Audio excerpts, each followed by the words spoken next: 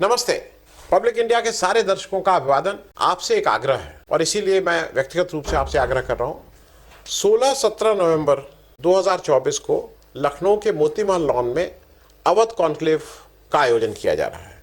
आग्रह यह है कि अवध कॉन्क्लेव को सफलतापूर्वक आयोजन के लिए धन की आवश्यकता है। हम लोग पहले इसको करते रहे हैं, दूसरे नाम से करते रहे हैं, अवध कॉन्क्लेव, लोकमत सम्मान इत्यादि इत्यादि नाम से। लेकिन इस बार अलग अलग विषयों पर डिस्कशन होगा। देश के अपने अपने स्पेशलिस्ट आएंगे और इन सबके लिए मैं एक QR कोड आपको दे रहा हूं। इससे आप ब्रोशर डाउनलोड कर सकते हैं, देख सकते हैं क्या रूपरेखा है।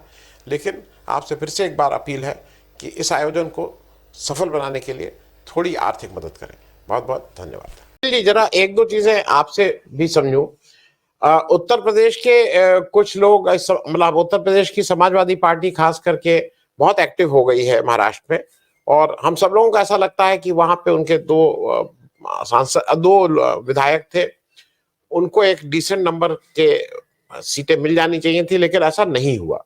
उसके अपने अपने कारण हैं, हर एक आदमी अपने अपने ढंग से उसको देख रहा है कि उत्तर प्रदेश में कांग्रेस नहीं लड़ रही है, वहां पे क्या होगा।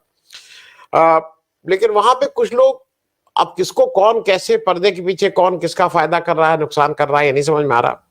स्वरा भास्कर जी के हस्बैंड है फहाद अहमद साहब, नॉन समाजवादी पार्टी में थे, वो चले गए, एनसीपी के टिकट पे लड़ रहे हैं। तो क्या ऐसा भी जो बात अनिल सिन्हा साहब कह रहे हैं कि कुछ इधर के लोग, जैसे महायुति में तो बहुत खास करके हो रहा है, उत्तर प्रदेश में भी हमने देखा कि सपा के सिंबल पे बहुत से लोग लड़े थे आके, फहाद का लड़ना। दूसरा एक इंटरेस्टिंग वहां पे एक और चीज है, वो अबू आजमी और नवाब मलिक का जो आपस का खींचतान है वो बहुत हद तक है, और उसकी वजह से शायद लोकल पॉलिटिक्स इतनी ज्यादा हावी हो गई है कि बहुत से गठबंधन उसकी वजह से नहीं हो पा रहे हैं।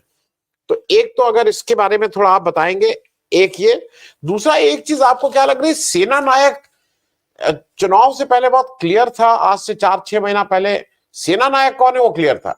भाई मैं अभी भी मानता हूं कि सेना नायक वहां पे महाविकास आघाड़ी का उद्धव ठाकरे साहब थे। इधर के सेना नायक ऐसा कहा जाता था कि देवेंद्र फडणवीस होंगे, लेकिन अब ये बहुत स्पष्ट हो गया है कि सेना नायक तो शिंदे ही है। शिंदे के नाम को आप किनारे नहीं कर सकते हैं। सुनील जी, आपकी इसमें राय? शिंदे को डिस्क्रेडिट नहीं कर सकते हैं, देवेंद्र फडणवीस के नाम पे नहीं इलेक्शन लड़ा जा रहा है। दूसरी तरफ उद्धव ठाकरे जी की जितना, जो मुझे लगता था कि बिल्कुल निर्विवाद रूप से वो महाराष्ट्र विकास आघाड़ी के नेता थे, उसमें मुझे थोड़ी कमी दिखाई दे रही है। तो सेना नायक का प्रश्न और ये जो आपसी अबू आजमी और नवाब मलिक की लड़ाई है, उस पे, इन दोनों पे सुनील जी। धन्यवाद आनंद जी। अबू आजमी और मलिक साहब को आप एक साथ क्यों रखना चाहते हैं, और मलिक साहब को जो भारतीय जनता पार्टी दाऊद इब्राहिम का व्यक्ति बताती रही है, वो क्यों स्वीकार कर रही है?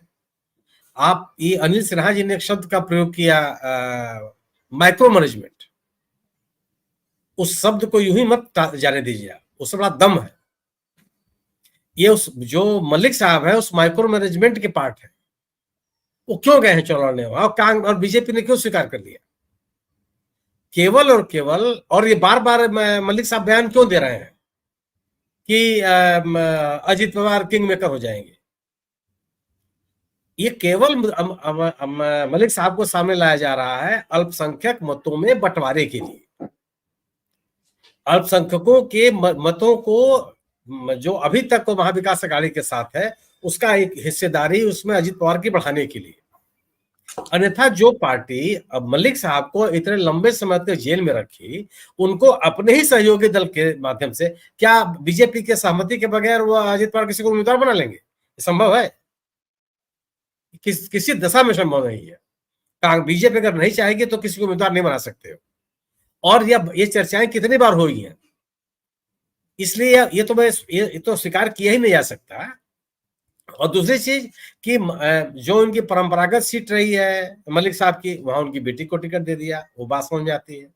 फिर उनको वहां पे ले जाकर नई जगह पे उम्मीदवार बना रहे हैं। वो केवल और केवल है, उसके पीछे के पीछे वही अनिल सिन्हा जी का जो शब्द है, माइक्रो मैनेजमेंट, वोटों का बंटवारा करना, वोटों को खरीद लेना, प्रॉक्सी उम्मीदवार खड़े कर देना, प्रतिबद्ध मतदाताओं के बीच में बंटवारा करना, गैर भाजपा मतों में बंटवारा करना, ऐसे उम्मीदवार खड़े करना जिससे मतों में विभाजन हो सके, ये इसका पार्ट है।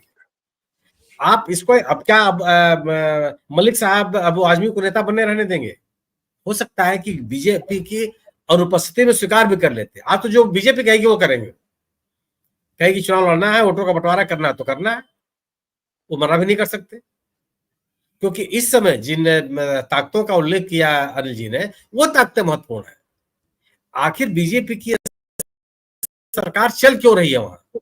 अगर आप सीबीआई को हटा दीजिए तो क्या सरकार चल लेती? और तीसरी ताकत कारपोरेट को हटा दीजिए तो क्या सरकार बन जाती वहां? कभी संभव था ये मलिक साहब उसी के पार्ट है। मलिक साहब चुनाव जीतने नहीं गए, वह केवल उनको मैदान में उतारा गया है अल्पसंख्यक मतदाताओं के बीच में इस तरह का संदेह पैदा करना कि अजीत पवार एक बड़े नेता हो सकते हैं, अजीत पवार अगली सरकार में भी प्रमुख भूमिका निभा सकते हैं, इनके साथ जाने में कोई बुराई नहीं है। एक राजनीतिक एक परसेप्शन क्रिएट करने की कोशिश है। अगर आप बात करते हैं कि सेना नायक कौन है, अब मैं जानना चाहता हूं आपसे कि भारतीय जनता पार्टी ने क्यों तोड़ दिया शिवसेना को, क्यों तोड़ दिया एनसीपी को?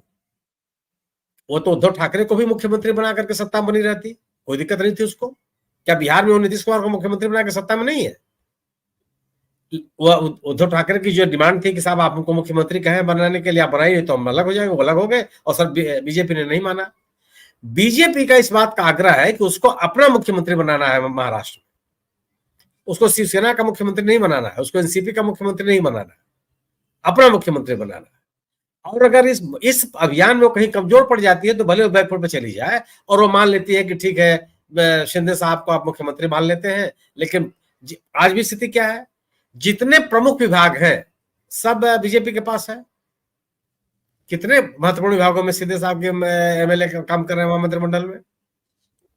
तो बीजेपी किसी भी दशा में चुनाव के दौरान यह प्रोजेक्ट नहीं करेगी कि वो शिंदे के नेतृत्व में चुनाव लड़ रही है। और ये जरूर है कि शिंदे की उपेक्षा भी नहीं कर सकती हो, क्योंकि चुनाव लड़ेगी भी तो शिंदे को साथ रह करके चुनाव लड़ पाएगी। बीजेपी की अपनी ताकत महाराष्ट्र में कभी नहीं रही है। 2000 के पहले माने ये आंदोलन जब शुरू हुआ उसके पहले बीजेपी कौन सी ताकत थी वहां महाराष्ट्र में? या तो कांग्रेस थी या शिवसेना थी, बाद में एनसीपी तक एक राजनीतिक ताकत बन के उठी। बीजेपी तो हमेशा कंधे पर सवार रही बाला साहब ठाकरे के, उन्हीं का कंधा पकड़ के वो राजनीति करती रही और इससे आगे की ताकत उसे कभी नहीं बन पाई। आज उसकी पूरी की पूरी कोशिश है, 2014 से कोशिश उसकी चल रही है कि वह अपने बलबूते और अपने मुख्यमंत्री को प्रोटेक्ट करे और अपनी सत्ता ले आवे। नहीं हो पाएगी बात अलग है, किसी को बना लेंगे। लेकिन अब क्या स्थिति है, यह भी किसी को मुगालता नहीं होना चाहिए कि शिंदे साहब चाहे अजीत पवार साहब उनको छोड़ के कहीं चले जाएंगे, और वो जानने की ताकत नहीं रखते हैं। जिन कारणों से वो टूट करके गए हुए हैं बीजेपी के साथ, वही कारण आज मौजूद है कि वो बीजेपी के साथ बने रहेंगे। और उन कारणों का उल्लेख किया अनिल जी ने, ईडी, सीबीआई और कारपोरेट। एनसीपी अजीत पवार का कौन सा सैद्धांतिक सहमति है बीजेपी के साथ? क्यों चले गए वो? कौन सी राजनीति ऐसी करती है बीजेपी जिस राजनीति को अजीत पवार लेके भी आगे बढ़ते रहे हैं? क्या शरद पवार, क्या बाला साहब ठाकरे का हिंदुत्व और बीजेपी का हिंदुत्व एक साथ रहा है? क्या कभी आपने बाला साहब ठाकरे को कहते हुए सुना कि कोई मुसलमान आपको एक झापड़ मारे तो आप उसको 100 झापड़ मारिए? कोई बयान कभी आपको सुनाई पड़ा वहां? ये तो कभी नहीं था। तो बीजेपी का हिंदुत्व भी शिंदे साहब के हिंदुत्व के साथ मेल नहीं खाता, लेकिन वो भी चले गए। क्यों चले गए? तो वो जो राजनीतिक कारण थे, जो आर्थिक कारण थे, जो अन्य कारण थे, वो कारण क्या आज खत्म हो गए हैं? मेरा अपना मानना यह है कि इस चुनाव में भारतीय जनता पार्टी किसी भी स्थिति में, अगर वो सरकार बनाने की स्थिति में आती है तो वो अपना ही मुख्यमंत्री बनाना चाहेगी। और ऐसा नहीं है कि चुनाव के बाद ये लोग बीजेपी के साथ विद्रोह करने की स्थिति में बनेंगे। अब आप महाविकास अघाड़ी की तरफ आइए। महाविकास अघाड़ी के सामने स्थिति है कि महाविकास अघाड़ी में उद्धव ठाकरे से बड़ा कोई चेहरा है नहीं, ये स्वीकार करें या ना करें। और महाविकास आघाड़ी जो इस साल के लोकसभा के चुनाव में भी जो जन समर्थन मिला कांग्रेस को, ऐसा नहीं था, या जो महाविकास आघाड़ी को एनडीए की तुलना में बेहतर प्रदर्शन हुआ उसका, उसमें एक बड़ा कारण मैं मानता हूं उद्धव ठाकरे के चेहरे को, एक सहानुभूति की लहर उनके साथ थी, एक सहानुभूति का माहौल उनके साथ था और आज भी। और उद्धव ठाकरे कांग्रेस और एनसीपी के किसी भी नेता की तुलना में एक ऐसे नेता हैं जिनकी पहचान पूरे राज्य में है।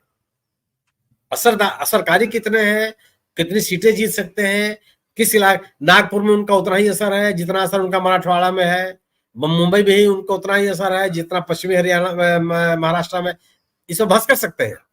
लेकिन चेहरा अकेले ऐसे हैं महाविकास आघाड़ी में, वो मैं शरद पवार जी की बात नहीं करता, उनकी एक अलग उम्र हो गई है, लेकिन इस समय जो नेतृत्व करने की जिन लोगों के पास क्षमता है उसमें सबसे प्रतिभाशाली या सबसे प्रभावशाली व्यक्ति उद्धव ठाकरे हैं। तो महाविकास आघाड़ी के लोग भले, मैं अभी ये बात कहने में कर रहे हैं, लेकिन उनको मानना चाहिए, उनको अगर वो अगर उद्धव ठाकरे को अगर अपना चेहरा बना के चलते हैं तो मुझे लगता है कि उनका पॉलिटिकल परसेप्शन भी बहुत बेहतर होगा। गैर भाजपा मतदाताओं के आकर्षण का केंद्र महाराष्ट्र में उद्धव ठाकरे हैं। यह उन लोगों के बीच में है कि उद्धव ठाकरे कैसे नेता हैं जो बीजेपी के साथ, बीजेपी का विरोध करना शुरू किया, वो तो लगातार विरोध में है, प्लस कांग्रेस और एनसीपी की अपनी ताकतें हैं। एनसीपी और कांग्रेस, मैंने एनसीपी भी कभी बीजेपी के साथ नहीं गई, मैंने शरद पवार, पार्टी टूट के कुल हो गया लेकिन शरद पवार नहीं गए और कभी भी नहीं गए। तो उद्धव ठाकरे का एक चेहरा है और उद्धव ठाकरे ही महाविकास आघाड़ी के प्रभावशाली और आकर्षक और गैर भाजपा मतदाताओं को महाविकास आघाड़ी की तरफ लाने के लिए सक्षम व्यक्ति हो सकते हैं। आप समाजवादी पार्टी की बात कर रहे हैं। समाजवादी पार्टी 1992 में बनी, 1995 से चुनाव लड़ रही है, अधिकतम 4 सीट जीती है। वो लड़ने के लिए 10 सीट लड़ी, 25 सीट लड़ी, 95 सीट लड़ी, जितनी सीटें लड़ ली हो अधिकतम 4 सीट जीत पाई है आज तक के चुनाव में कभी भी। पिछले चुनाव में 2 बार केवल 2 सीटें उसके पास थी, और आज आप कह रहे हैं कि आपको इतनी सीट चाहिए, उतनी सीट चाहिए। सवाल यह है कि अगर आप किसी गठबंधन में हैं तो उस गठबंधन को चलाते रहने, लोगों के बीच में विश्वसनीय बनाए रखने, चुनावी परसेप्शन को मजबूत करने की जिम्मेदारी गठबंधन में मौजूद सभी लोगों की है, जिसमें अखिलेश यादव जी भी शामिल है। अखिलेश जी का इस तरह की आक्रामकता का कोई राजनीतिक औचित्य मुझे नहीं समझ में आता। ये बात करके आप क्या हासिल करना चाहते हैं? ठीक है, आप, और अगर ये कहते हैं कि जिससे कांग्रेस का उन्होंने, जिसे उत्तर प्रदेश में उन्होंने किया, ये अगर आप अपने सहयोगी दलों को स्पेस नहीं देंगे तो उन सहयोगी दलों का समर्थक या उन सहयोगी दलों का कार्यकर्ता आपके साथ नहीं खड़ा होगा, कभी नहीं खड़ा होता। हरियाणा में अखिलेश यादव जी को की पार्टी को उम्मीदवार नहीं बनाया कांग्रेस ने, और हरियाणा में अखिलेश यादव जी के सगे रिश्तेदार उम्मीदवार हुए। अखिलेश जी गए थे प्रचार करने वहां, धर्मेंद्र जी गए प्रचार करने के लिए वहां, डिंपल जी गई प्रचार करने के लिए, शिवपाल जी प्रचार करने के लिए गए, प्रोफेसर राम गोपाल यादव प्रचार करने के लिए गए वहां, उनके रिश्तेदार थे वो। और ऐसा भी नहीं था कि उत्तर प्रदेश के सिवा ने लगते उनसे, अहिरवाल इलाके में कैंडिडेट थे अजय यादव जी के लड़के, तो गए तो नहीं। सवाल, और अगर आप अपने राजनीतिक दलों को अपने साथ नहीं रखते, उत्तर प्रदेश का भी जो तरीका उन्होंने अखिलेश जी ने अपनाया, मेरा अपना मानना यह कि यह इंडिया दल समूह के हित में नहीं है और यह अखिलेश जी के लिए भी आत्मघाती है। तो वह महाराष्ट्र की स्थिति वही है। महाराष्ट्र में जो बात कर रहे हैं कि हमको इतनी सीटें उतनी सीटें, ठीक है, आप जितने आपके वर्तमान कैंडिडेट हैं उनको बिल्कुल मिल जाना चाहिए था उनके कैंडिडेट चुनाव लड़ाने के लिए। और यह भी बयान कि अब अगर हमको इतने नहीं मिलेंगे तो हम सभी सीटों में चुनाव लड़ेंगे, इस तरह की बयानबाजी भी बहुत लाभकारी नहीं होती है गठबंधन की राजनीति के लिए। लेकिन मेरा अपना मानना यह है कि भारतीय जनता पार्टी के पास अपना पॉलिटिकल नैरेटिव महाराष्ट्र में अपने पक्ष में कुछ भी नहीं है। वह गवर्नेंस की बात करने के लिए भी तैयार की स्थिति में नहीं है, वह सुशासन की बात करने की भी स्थिति में नहीं है, वह प्रगति की बात करने की भी स्थिति नहीं है महाराष्ट्र में। और अभी तो ढेर सारे विवाद चल रहे हैं महाराष्ट्र की उपेक्षा, गुजरात का समर्थन, ये अलग तरह की लड़ाई चल रही है उस जगह पर। भारतीय जनता पार्टी जितने तरह के विवाद हैं उस किसी विवाद पर स्टैंड लेती होनी नजर नहीं आई। चाहे वो मराठों के आरक्षण का सवाल हो, और चाहे आदिवासियों और धर्मकर्म के विवाद का विषय हो, या चाहे वो प्याज उत्पादक किसानों का सवाल हो, किस विषय पर सामने आई हुई है। तो महायुति के पास इतनी ताकत नहीं है।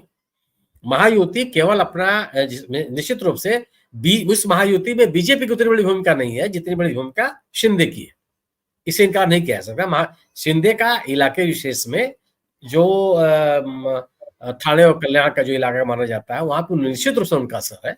वहां उन्होंने काम किया, एक राजनीतिक नेता के रूप में उन्होंने अपनी पहचान भी बनाई है, मुख्यमंत्री के रूप में भी उन्होंने पहचान बनाने की कोशिश की है।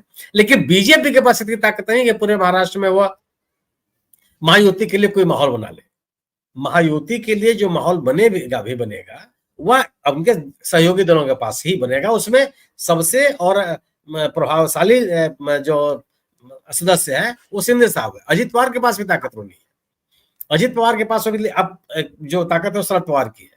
और अब सवाल केवल ये पैदा होता है कि क्या महायुति के लोग शिवसेना, जिसके मतदाताओं को तैयार किया बाला साहब ठाकरे ने, और उसकी विरासत गई है उद्धव ठाकरे के पास, एनसीपी जिसको तैयार किया शरद पवार ने, जो आज भी नेतृत्व में बने हुए हैं, क्या इन मतदाताओं को, इन समर्थकों को अपनी तरफ आकर्षित करने में सफल हो पाएंगे?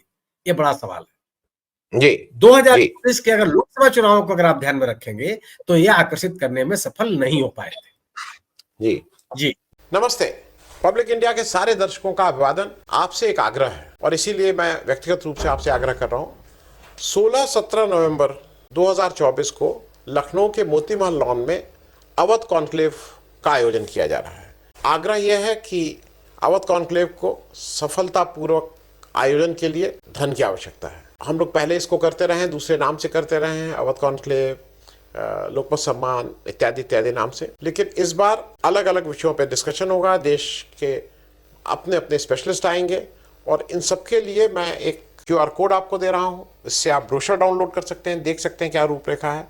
लेकिन आपसे फिर से एक बार अपील है कि इस आयोजन को सफल बनाने के लिए थोड़ी आर्थिक मदद करें। बहुत बहुत धन्यवाद।